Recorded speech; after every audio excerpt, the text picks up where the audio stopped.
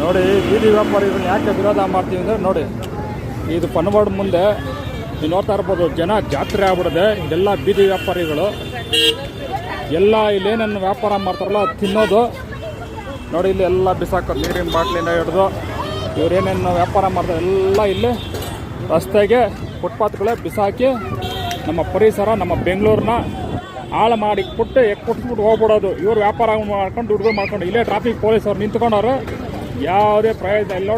ನೋಡ್ತಾ ಇರ್ಬೋದು ಇಲ್ಲಿ. ಹಾಂ, ಇಲ್ಲಿ ನೋಡಿ, ಇಲ್ಲಿ ತೊಗೊಳೋದು, ತಿನ್ನೋದು, ಇಲ್ಲೇ ಬಿಸಾಕೋದು ಎಲ್ಲ. ಯಾವನು ಒಂದು ಡಸ್ಟ್ಬಿನ್ ಇಟ್ಟಿಲ್ಲ, ಏನು ಇಲ್ಲ, ಎಲ್ಲ ತಿನ್ನೋದು ರಸ್ತೆಲೇ ಬಿಸಾಕೋದು. ನೋಡ್ತಾ ಇರ್ಬೋದು ಇಲ್ಲಿ ನೋಡಿ.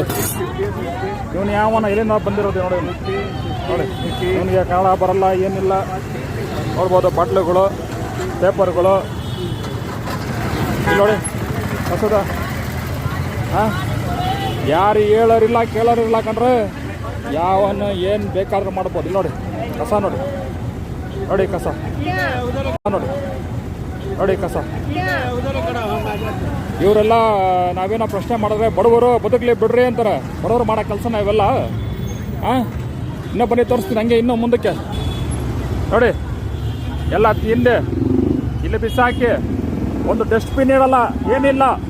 ಅವ್ರಿಗೇನು ದುಡ್ಡು ಮಾಡ್ಕೊಂಡು ಹೋಗ್ಬಿಡ್ತಾರೆ. ನೋಡ್ರಿ ಇಲ್ಲಿ ಯಾವ ಮಟ್ಟಕ್ಕೆ ಐತೆ ಅಂತ ನೋಡ್ರಿ. ಎಲ್ಲ ತಿಂದಿರೋ paper plate, plastic bottle, cover ಎಲ್ಲ ಇಲ್ಲಿ ಬಿಸಾಕಿರೋದು ನೋಡಿ. ಇವ್ರಿಗೆ ಬೆಂಬಲ ಕೊಡೋಕೆ ಒಂದಷ್ಟು ಜನ ಅವ್ರೆ.